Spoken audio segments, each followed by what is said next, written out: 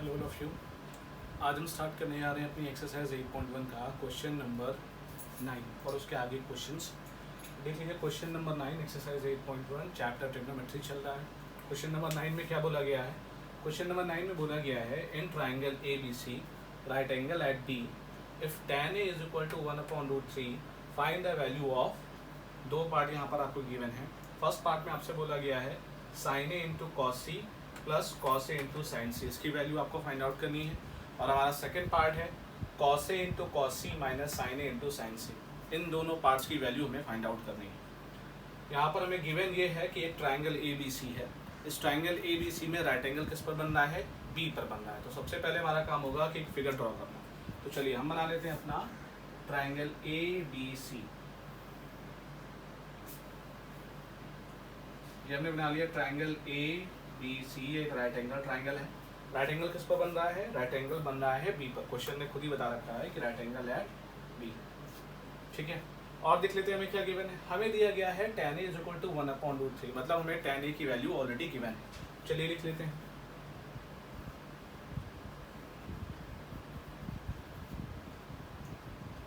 Given है हमारे पास tan a is equal to 1/√3। जरा मैं आप लोगों को याद दिलाना देना चाहूँगा कि हमने साइन कॉस और tan के फॉर्मूले पढ़े थे चैप्टर की स्टार्टिंग में। साइन थीटा होता था perpendicular upon hypotenuse, cos theta base upon hypotenuse और tan theta perpendicular upon base. हम जानते हैं कि tan थीटा का फॉर्मूला क्या होता है? tan थीटा का फॉर्मूला होता है परपेंडिकुलर अपॉन बेस। तो क्या यहाँ पर हम उसका फॉर्मूला लिख सकते हैं? Perpendicular upon base. Short form में मैं इसको परपेंडिकुलर बेस लिख रहा हूँ, पूरा फॉर्म मैंने यहाँ लिखा नहीं है। अच्छा, अगर हम इसको ध्यान से देखें तो हमारे हिसाब से हमको परपेंडिकुलर बेस तो मिल गया। इट मीन्स हमारा 1 क्या हो जाएगा? परपेंडिकुलर, और √3 हमारे लिए क्या हो जाएगा? बेस। ठीक, इस फिगर में हम परपेंडिकुलर और बेस की जगह इन वैल्यूज को पुट कर देते हैं। चलिए पहले तो फिगर में देखते हैं कि परपेंडिकुलर बेस और हाइपोटेनियस क्या होगा। तो आप सभी को पता है राइट एंगल ट्राइंगल में 90 डिग्री के ऑपोजिट साइड, 90 डिग्री के सामने वाली साइड को क्या बोला जाता है? हाइपोटेनियस का। It means AC is our hypotenuse. बात आती है परपेंडिकुलर क्या होगा। तो देखिए ये तो डिपेंड करता है कि आप कौन सा एक्यूट एंगल लेना चाह रहे हैं। अगर आप अपने क्वेश्चन में देखें तो tan A एक्यूट एंगल किस पर आ रहा है? A पर आ रहा है। इट मीन्स हम एंगल A की तरफ से देखेंगे। और मैंने आपको बताया था कि जो भी हमारा गिवन एक्यूट एंगल होता है उस गिवन एक्यूट एंगल के जस्ट ऑपोजिट साइड को ही हम क्या बोलते हैं? परपेंडिकुलर बोलते हैं। इट मीन्स A के ऑपोजिट BC ये हमारा हो जाएगा परपेंडिकुलर, और जाहिर सी बात है बची हुई जो AB होगी वो क्या हो जाएगी? हमारी बेस। तो इस तरीके से हमने आइडेंटिफाई कर लिया हाइपोटेनियस, परपेंडिकुलर और बेस को। तो वैल्यूज भी प्लेस कर देते हैं। बेस कितना है? √3। तो हमने AB को लिख दिया √3। परपेंडिकुलर क्या है हमारे पास? 1। तो यहाँ पर हो गया 1। अब आप देख सकते हैं कि आपके पास हाइपोटेनस AC की वैल्यू नहीं। तो अगर हमारे पास तीनों साइड में से कोई भी एक साइड मिसिंग हो तो हम इसको फाइंड आउट करने के लिए पाइथागोरस थ्योरम का यूज करते हैं। ठीक है, पाइथागोरस थ्योरम क्या होती है? पाइथागोरस थ्योरम कहती है कि in triangle ABC using Pythagoras theorem. तो पाइथागोरस थ्योरम कहती है hypotenuse square is equal to perpendicular square plus base square. तो यहाँ पर हमने लिख दिया hypotenuse square is equal to perpendicular square plus base square. Hypotenuse, figure में हाइपोटेनस क्या है? फिगर में हाइपोटेनस AC है। It means AC square is equal to perpendicular. Perpendicular आपके पास क्या है? 1 का स्क्वायर प्लस बेस, बेस आपके पास क्या है? √3। It means square of √3। इसको आपने सॉल्व किया तो ये हो जाएगा 1 प्लस √3 का स्क्वायर आप सॉल्व करेंगे तो 3 आएगा। 3 + 1 4। इट मीन्स AC स्क्वायर आपके पास कितना आ गया? 4। अब AC स्क्वायर आया है लेकिन आपको क्या निकालना है? AC। तो आप दोनों साइड क्या ले लेंगे? स्क्वायर रूट ले लेंगे। तो यहाँ लिखेंगे taking square root both side, taking square root both side. जब आप स्क्वायर रूट लेंगे तो 4 स्क्वायर रूट होता है 2 का। तो अगर आप सॉल्व करेंगे तो ये आ जाएगा AC is equal to 2 unit. तो AC की वैल्यू आपके पास कितनी आ गई? 2 यूनिट। अब आप देख सकते हैं कि आपके ट्राइंगल में आपको परपेंडिकुलर, हाइपोटेनस और बेस इन तीनों की वैल्यू आपको गिवन है। चलिए अब हम आ जाते हैं अपने क्वेश्चन के पार्ट पर। क्वेश्चन नंबर 9 का पार्ट 1 शुरू करते हैं। तो यहाँ पर हमें गिवन था साइन ए कॉस सी प्लस कॉस ए साइन सी। इसको करने के लिए आपको sign A cos C cos A और साइन सी इन चारों की क्या पता होनी चाहिए वैल्यू। ये वैल्यूज हम कैसे निकालेंगे, इस वैल्यूज को हम इस ट्राइंगल की हेल्प से निकालेंगे। चलिए मैं इसको रब कर देता हूँ।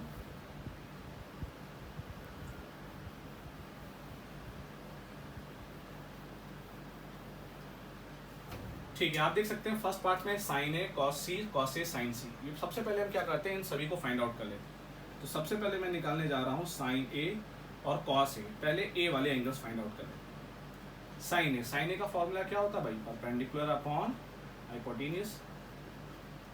और कॉस का फॉर्मूला क्या होता है, बेस अपॉन हाइपोटेन्यूज। परपेंडिकुलर क्या, देखिए ध्यान दीजिएगा, हम एंगल कौन सा ले रहे हैं, ए ले रहे हैं। तो परपेंडिकुलर हाइपोटेन्यूज बेस वही रहेगा जो मैंने भी पहले डिसाइड किया था। परपेंडिकुलर, तो परपेंडिकुलर हमारा क्या है, बीसी। हाइपोटेन्यूज हमारा क्या है, एसी। बीसी की वैल्यू क्या है, बीसी की वैल्यू 1 है। और एसी की वैल्यू क्या है, 2। तो ये हमारी वैल्यू आ जाएगी 1/2। अब कॉस ए होता है बेस अपॉन हाइपोटेन्यूज। बेस हमारा क्या है, बेस है हमारा ए बी। हाइपोटेन्यूज क्या है हमारा, वो है हमारा ए सी। अब बारी आती है वैल्यूज रखने की। तो ए बी की वैल्यू आप देख सकते हैं कितनी है, √3। एंड ए सी की वैल्यू आपके पास कितनी है, 2। तो इस तरीके से आपने साइन ए कॉस ए की वैल्यू फाइंड आउट कर ली। चलिए अब अगली वैल्यू किसकी बची, कॉस सी और साइन सी। ध्यान रखिएगा, अब आप एक्यूट एंगल को चेंज कर रहे हैं। अब आपका एंगल ए से सी हो रहा है। तो जब एंगल ए से सी हो जाएगा तो परपेंडिकुलर और बेस भी इंटरचेंज हो जाएगा, क्योंकि गिवन एंगल की अपोजिट साइड ही परपेंडिकुलर होती है। और अब हम ए को ना लेते हुए किसको लेने जा रहे हैं, सी को। तो जब आप सी की तरफ से देखेंगे तो सी के अपोजिट साइड ए बी क्या कहलाएगी, परपेंडिकुलर। अब परपेंडिकुलर ये हो जाएगा और बेस ये हो जाएगा, और हाइपोटेन्यूज में कोई चेंज नहीं है। फॉर्मूला तो साइन सी के लिए भी फॉर्मूला तो परपेंडिकुलर अपॉन हाइपोटेन्यूज ही रहेगा। बट फिगर के अकॉर्डिंग अब वैल्यूज कुछ चेंज हो गई हैं। परपेंडिकुलर, अब परपेंडिकुलर कौन है, अब आपका परपेंडिकुलर ए बी है। हाइपोटेन्यूज क्या है, हाइपोटेन्यूज आपका वही रहेगा ए सी। ए बी की वैल्यू आपके पास √3 है। ए सी की वैल्यू आपके पास कितनी है, ए सी की वैल्यू आपकी है कितनी, 2। ठीक, साइन सी आ गया। और क्या बचा, कॉस सी। तो हमने इन चारों को फाइंड आउट कर लिया है। कॉस सी, कॉस के लिए फॉर्मूला क्या होगा, बेस अपॉन हाइपोटेन्यूज। बेस क्या है इस बार, बी सी। हाइपोटेन्यूज वही ए सी। बी सी की वैल्यू आपके पास क्या है, 1। एंड ए सी की वैल्यू आपके पास 2। तो इस तरीके से आप देख सकते हैं कि आपने इन सभी की वैल्यूज को फाइंड आउट कर लिया। अब जरा हम अपने पार्ट 1 पर आ जाते हैं और इसको सॉल्व कर लेते हैं, क्योंकि हमने सभी की वैल्यूज फाइंड आउट कर ली है।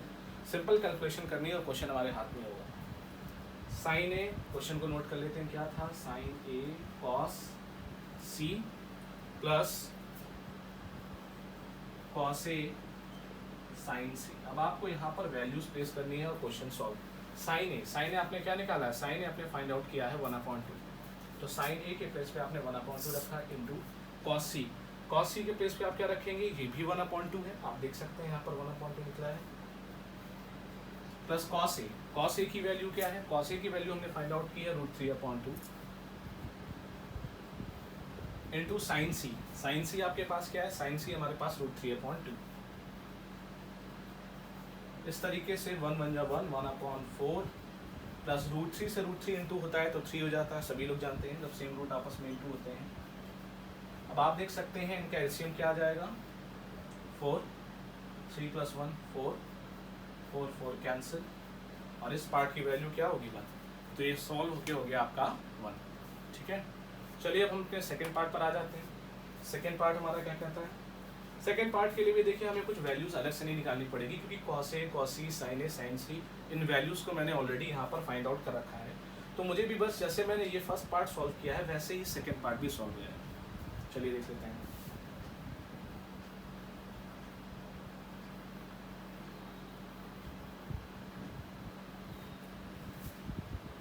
तो सेकेंड पार्ट, इसको भी नोट कर लेते हैं। सेकेंड पार्ट क्या है हमारा, इसे लिख लेते हैं cos A cos C minus sine A sign सी। तो रीजन में अपना सेकंड पार्ट नोट कर लिया, कुछ नहीं करना है, यहाँ पर वैल्यूज प्लेस करनी है।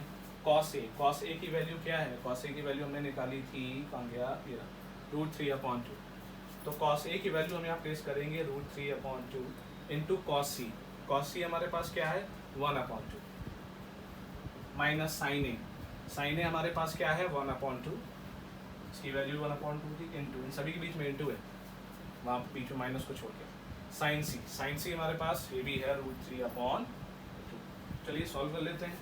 √3 बन जा √3, 2 2 = 4 माइनस √3/4, ये प्लस का √3/4, जैसे 2 में से 2 गया 0, वैसे ही ये दोनों भी आपस में क्या हो जाएंगे, कैंसिल हो जाएंगे और वैल्यू क्या आ जाएगी 0। तो फर्स्ट पार्ट की वैल्यू 1 आई और सेकंड पार्ट की वैल्यू हमारी क्या आ गई 0। ठीक है, इसी के साथ क्वेश्चन नंबर 9 हमारा कंप्लीट होता है। अब हम आगे बढ़ते हैं क्वेश्चन नंबर 10 की तरफ।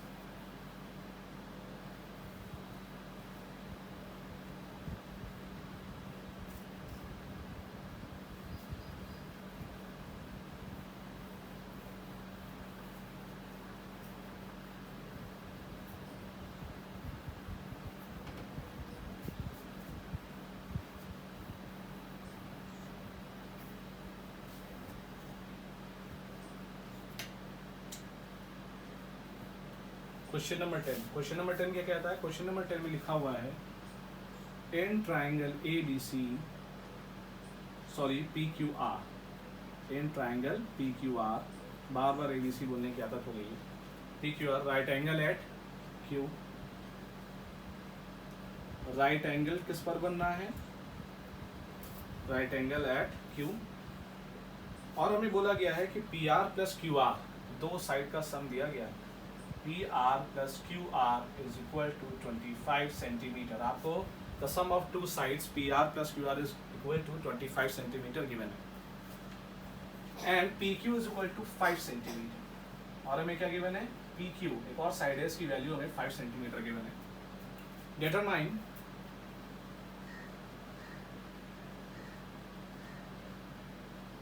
डिटरमाइन द वैल्यू ऑफ, हमें किसकी वैल्यू डिटरमाइन करनी है, साइन P, फर्स्ट है हमारा sine P, cos P, and last one is tan P।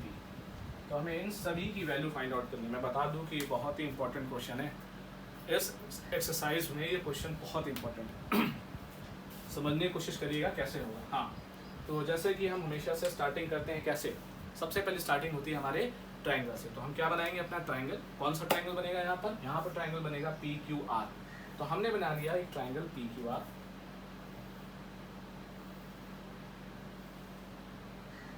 P right angle कहाँ पर बनना है, Q पर, क्वेश्चन ने खुद बोला है राइट एंगल एट Q, तो PQR right angle at Q पर हमारा राइट एंगल है।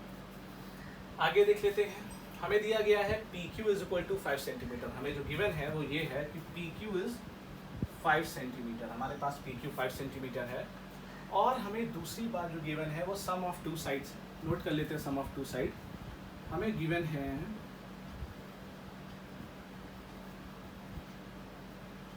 PR प्लस QR, इसको नोट कर लेते हैं, PR plus QR is equal to 25 centimetre. क्या हो अगर मैं इन दोनों साइड में से किसी एक को कुछ लेट कर लूँ, सपोज दैट मैंने एक साइड को X लेट कर लिया, मुझे नहीं पता है तो मैंने एक को लेट कर लिया, ठीक है। सपोज दैट मैंने लेट कर लिया QR को, मैंने लेट कर लिया let QR is equal to X centimetre, आप YZ जो भी लेना चाहे ले सकते हैं। तो QR हमारे पास कितना हो गया X।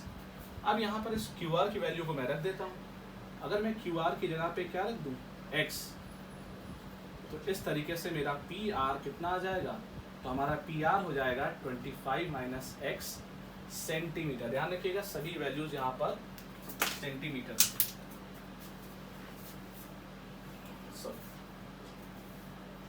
तो 25 माइनस X सेंटीमीटर।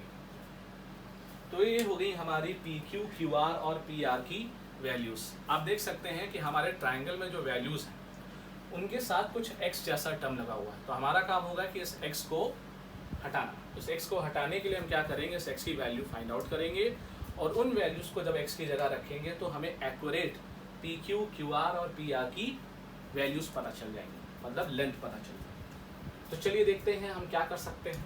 अब हम इसमें कर सकते हैं वही पुराना काम जो हम पहले से करते आते हैं, जब कोई साइड मिसिंग हो क्या करना, पाइथागोरस थ्योरम का यूज़ करना। तो हम यहाँ पर यूज़ करने जा रहे हैं पी क्यू आर ट्रायंगल में पाइथागोरस थ्योरम का यूज़। तो यहाँ पर हम लिखते हैं यूजिंग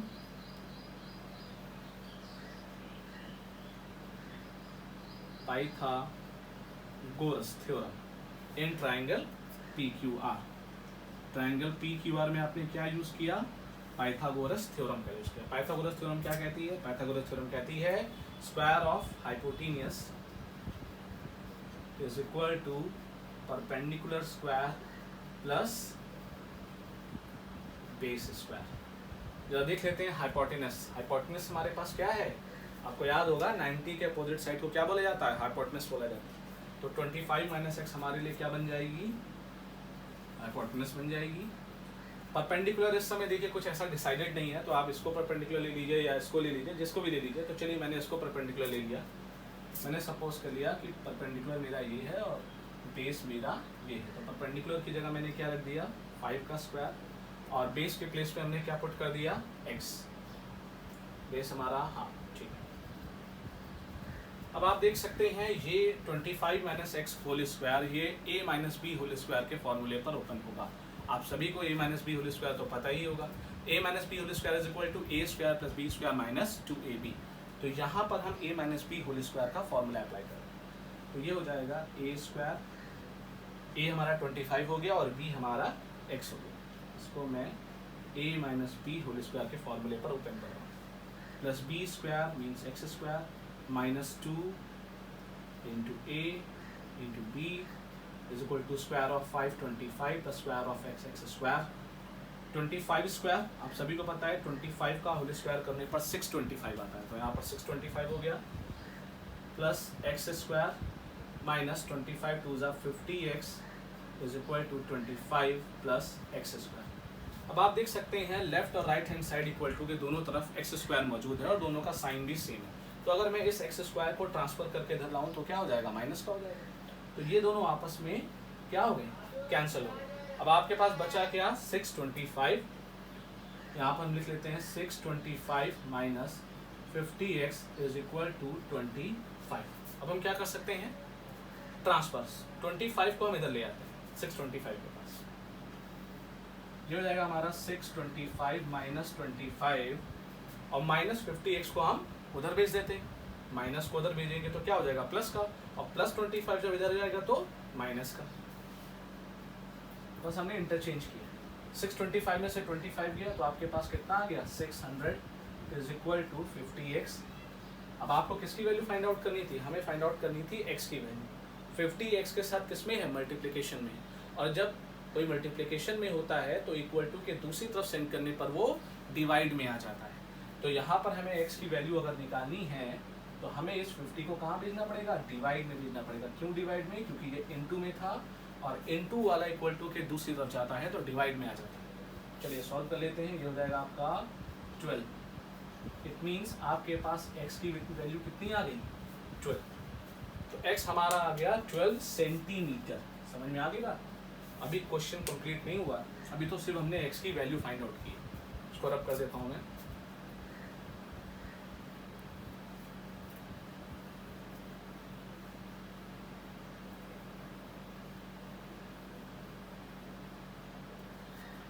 तो हमारे पास x आ गया 12। तो अब आप x को हटा के यहाँ पर क्या लिख सकते हैं, 12 और 25 माइनस x। चलिए वैल्यूज निकाल लेते हैं। तो देख लेते हैं क्या क्या पता है हमें। गिवन था PQ कितना, 5 सेंटीमीटर, कॉमा QR कितना था हमारे पास, हमने QR को x लिया था। और जैसा कि हम देख सकते हैं हमने x फाइंड आउट कर लिया है और x हमारा 12 सेंटीमीटर है। तो ये हमारा हो गया 12 सेंटीमीटर। अदर वैल्यू हमारी क्या है, PR हमारे पास कितना है, हमारे पास PR गिवन है 25 माइनस x। तो 25 माइनस x के प्लेस पे आप क्या रखेंगे, 12 रखेंगे। 25 में से 12 गया, ये आपके पास आ जाएगा कितना, 13। तो इस तरीके से आपकी PR हो जाएगी कितने सेंटीमीटर, 13 सेंटीमीटर। तो हमने PR को भी फाइंड आउट कर लिया, ये हो गई हमारी 13 सेंटीमीटर। अब आप देख सकते हैं कि आपके राइट एंगल ट्राइंगल की PQ, QR, PR all the 3 sides are also known. हमें ये तीनों साइड अब पता चल चुकी हैं। तो अब हमारी बारी आ जाती है उस चीज़ को फाइंड आउट करने के लिए जो हमसे क्वेश्चन में कही गई थी। हमें फाइंड आउट क्या करना था, साइन पी, कॉस पी और टैन पी की वैल्यू। चलिए स्टार्टिंग करते हैं साइन पी से। एंगल कौन सा लिया जा रहा है, पी। तो हमारा गिवन एक्यूट एंगल क्या हो जाएगा, पी। क्वेश्चन की तरफ से हमें पी बोला गया है। तो अगर हम पी की तरफ से देखें तो हमारा परपेंडिकुलर 5 नहीं रहेगा। क्यों नहीं रहेगा, क्योंकि मैंने आप लोगों को बताया जो भी क्वेश्चन का गिवन एंगल होता है जैसे पी, तो अगर आप पी की तरफ से देखेंगे, पी को लेंगे, तो पी के अपोजिट साइड क्या कहलाएगी, परपेंडिकुलर कहलाएगी। इट मीन्स आपका क्यू आर हो जाएगा परपेंडिकुलर। हाइपोटेनस तो कभी चेंज नहीं होता, वो तो ऑलवेज 90 के सामने रहता है। ये हो गया हाइपोटेनस। अब जाहिर सी बात है जो एडजेसेंट साइड है ये हो जाएगी आपकी बेस। साइन थीटा, थीटा की जगह यहाँ पी है, तो साइन पी का फॉर्मूला क्या होता है, वही पुराना फॉर्मूला, परपेंडिकुलर अपॉन हाइपोटेनस। देखिए फॉर्मूले बिल्कुल ढंग से याद कर लीजिए, अदरवाइज काम नहीं हो पाएगा विदाउट फार्मूला। एग्जाम में आपको फॉर्मूले गिवन नहीं होंगे, ये आपको याद करके जाना है। तो sine theta perpendicular upon hypotenuse. Perpendicular क्या है, परपेंडिकुलर हमारे पास क्यू आर फिगर के अकॉर्डिंग, हाइपोटेनस हमारे पास पी आर। क्यू आर की वैल्यू हमारे पास आप देख सकते हैं 12 है, और पी आर की वैल्यू फिगर से आप देख सकते हैं 13 है। इस तरीके से आपके साइन पी की वैल्यू कितनी आ गई, 12/13। अब क्या बचा आपके पास, कॉस पी निकालना। चलिए कॉस पी पर आ जाते हैं, इसको भी हम इस फिगर की हेल्प से निकालेंगे। कॉस पी, देखिए सभी में एक्यूट एंगल पी चल रहा है, तो अब टेंशन की कोई बात नहीं है। Cos P, cos theta formula क्या होता है, base upon hypotenuse, B for base, H for hypotenuse. देखिए मैं हमेशा शॉर्ट फॉर्म में बी, एच और पी लिखता हूँ, तो कंफ्यूज मत होइएगा। बेस अपॉन हाइपोटेनस, बेस आप देख सकते हैं क्या है, बेस है हमारे पास पी क्यू, फिगर में तो बेस पी क्यू है ना, पी क्यू। और हाइपोटेनस तो वही क्या है, पी आर। पी क्यू की वैल्यू आपके पास कितनी दी गई है, 5। पी आर की वैल्यू आपके पास कितनी दी गई है, 13। तो आपका कॉस पी आ गया 5/13। चलिए कॉस पी भी आ गया। अब आपके पास क्या बचा है, टैन पी निकालना। हमारा third and last tan P, tan theta. Tan theta का फॉर्मूला क्या होता है, perpendicular upon base, P for perpendicular upon B base, P for perpendicular, B for base, short form में लिखा है। परपेंडिकुलर क्या है मेरा, परपेंडिकुलर मेरा क्यू आर है, एंड और बेस क्या है हमारा, बेस है हमारा पी क्यू। अब जरा क्यू आर की वैल्यू देख लीजिए, क्यू आर की वैल्यू क्या है, तो क्यू आर की वैल्यू हमारे पास 12 है, एंड पी क्यू की वैल्यू हमारे पास क्या है, 5। तो इस तरीके से आप देख सकते हैं आपने साइन पी, कॉस पी और टैन पी जो आपसे बोला गया था, आपने इन तीनों की वैल्यू फाइंड आउट कर ली। इसी के साथ क्वेश्चन नंबर 10 हमारा कंप्लीट होता है। इसके जो लास्ट क्वेश्चन नंबर 11 है वो आपको मैं अपनी नेक्स्ट वीडियो में बताऊँगा।